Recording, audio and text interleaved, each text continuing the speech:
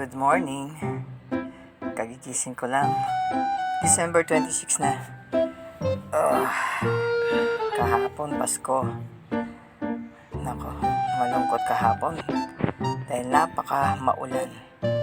Eto, bumangon ako. Nag-inat muna. Para sa panibagong araw. Tinignan ko muna yung labas. Tinignan ko kung maulan pa. Kasi talagang kahapon talaga hindi nagtumigil ng ulan. Ayun. Medyo okay na. Kaya lang makulimlim pa rin. After nito, pumasok ako sa loob. Ito ang everyday routine ko. Ang magdasal sa Kanya. Para sa pasasalamat ko sa panibagong buhay na ibinigay niya sa akin. At ginising niya ako sa umaga.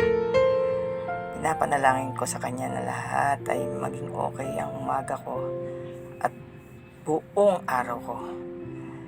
Hindi ko makakalimutan ng magdasal palagi sa umaga. Hindi ako pala simba, pero laging nasa puso ko ang Panginoon. Hindi ko hinahayaan na matapos ang araw ko na hindi ako nagdadasal sa Kanya.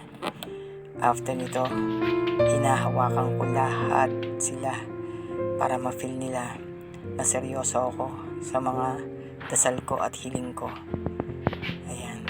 Pati sila mama, papa, si Tonton at si kuya. Ayan, lahat sila, si Mama Mary. Pati ang mga Bible. Ayan. Isa sa mga panalangin ko na sana magstay ako sa mundong ibabaw na to.